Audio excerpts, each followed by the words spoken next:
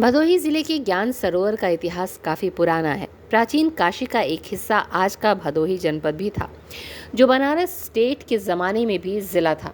कोढ़, जिसे आजकल लोग ज्ञानपुर कहते हैं, ये भदोही का मुख्यालय था। कालांतर में जब राज्यों का विलीनीकरण हुआ और भदोही को क्रमशः मिर्जापुर और बाद में वाराणसी में मिला दिया गया, तब भी ज्ञानपुर तहसील मुख्यालय था, जो बाद में दो तहसीलों में विभाजित हुआ। भदोही को एक अलग तहसील बना दिया गया। इसी ज्ञानपुर कोढ़ के मध्य में शंकर जी का एक प्राचीन मंदिर है, जिसका इतिहास लगभग 250 वर्ष पुराना है।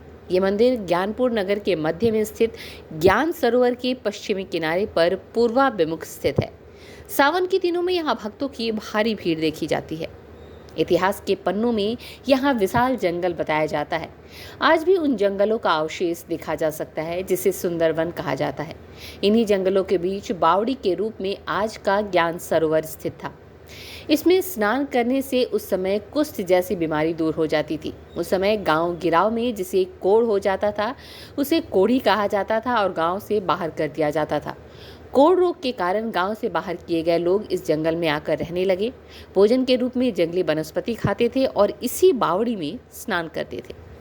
इस बात का स्पष्ट प्रमाण तत्कालीन अभिलेखों में मिलता है कि इस बावड़ी में स्नान करने वाले कोढ़ रोग से मुक्त हो जाते थे। इस बात का प्रचार धीरे धीरे समूचे उत्तर प्रदेश, बिहार और मध्य प्रदेश तक हुआ।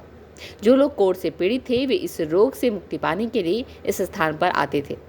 बाद में गोपीगंज रेलवे स्टेशन का नाम भी कोढ़ रखा गया। कोढ़ अब ज्ञानपुर के नाम से विख्यात है। गोपीगंज स्टेशन का नाम भी बदलकर ज्ञानपुर रोड कर दिया गया है।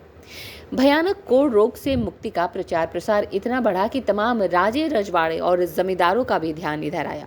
गंगापुर वाराणसी के जमींदार ठाकुर हरिहर सिंह ने इस बावड़ी का सुंदरीकरण कराया और एक कुएं का निर्माण कराया। इसी बावड़ी के किनारे एक विशाल शंकर जी के मंदिर का भी निर्माण कराया गया। कालांतर में वही बावड़ी ज्ञान सरोवर के नाम से विख्यात हुई और ठाकुर हरिहर सिंह के परिवार वालों ने उनकी स्मृति में मंदिर का नाम भी हरिहर नाथ मंदिर रख दिया। हरिहर शंकर जी को भी कहते हैं, अतः ये नाम काफी प्रचलित हुआ। धीरे धीरे यहाँ स्थापित शिवलिंग की महिमा सिद्धपीठ के रूप में की जाने लगी। आज भी दावे के साथ कहा जाता है कि जिसने यहाँ आकर भगवान भोलेनाथ के मंदिर में निश्चल भाव से मनोकामना की, वो अवश्य पूरी होती है। स्ट्रीट बज़ के लिए भदोही से नितेश श्रीवास्तव की रिपोर्ट। क्या नाम है आपका? तो पंडित आशीष कुमार मिश्रा, सिद्धपीठ पुजारी, हरिहरनाथ मंदिर, ज्ञानपुर। सावन को लेकर किस प्रकार से? श्रावण मास में लगभग सोमवार के दिवस में 10 से 15 हज़ार की भीड़ होती है, जो अनवरत प्रातः काल से चलती है और रात 10 बजे तक भीड़ चलता रहता है। शासन द्वारा अभी तक तो नहीं कोई ऐसी सूचना मिली है सुरक्षा के लिए, लेकिन जो भी बंदोबस्त किए जाते हैं प्रशासन द्वारा, अच्छे किए जाते हैं। मंदिर कितने से है? ये लगभग 500 वर्ष पुराना मंदिर है। ये पूरा पौराणिक मान्यताओं के हिसाब से धर्मराज युधिष्ठिर द्वारा इसकी स्थापना की गई है और अज्ञातवास में जब पांडव थे तो उन्होंने यहाँ पूजा पाठ भी किया था। ये ऐसी मान्यता है। बिल्कुल सही ये मान्यता है यहाँ का। आज भी पुराने दस्तावेज में आप देखेंगे तो ज्ञानपुर का नाम कोढ़ ही मिलता है। यहाँ की मान्यता ऐसी थी कि इस ज्ञान सरोवर के तट में जो भी स्नान करता था या कुष्ठ रोग जिसे हुआ करते थे वो स्नान करता था, उससे उसके सारे कुष्ठ रोग सही हो जाते। रास्ता भदोही से भी है, भदोही से 12 किलोमीटर दक्षिण, और गोपीगंज से आना चाहें तो गोपीगंज से 7 किलोमीटर उत्तर। प्रयाग के बिल्कुल मध्य में स्थित ये मंदिर है। इस बार श्रावण मास की शुरुआत 22 जुलाई से हो रही है। भगवान भूत भवन संग माँ गौरा का विशेष पूजन का महत्व सोमवार को बताया गया है। ये सोमवार से चालू हो रहा है और सोमवार के दिन ही समाप्त होगा, 19 अगस्त को।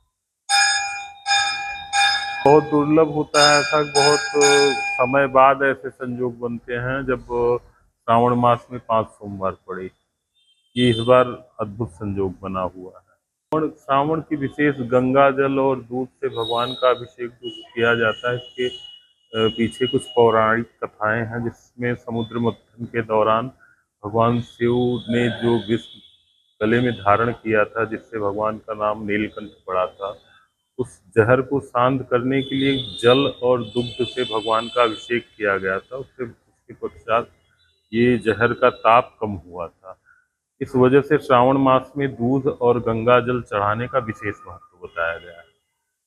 ये मनचाहे वैवाहिक जीवन के लिए ये व्रत बहुत ही फलदायी माना गया है। इसमें कहा गया है कि जो है जो कुंवारी कन्याएं मनचाहे वर की प्राप्ति हेतु यह व्रत करती हैं, उन्हें मनचाहे वर की प्राप्ति होती है।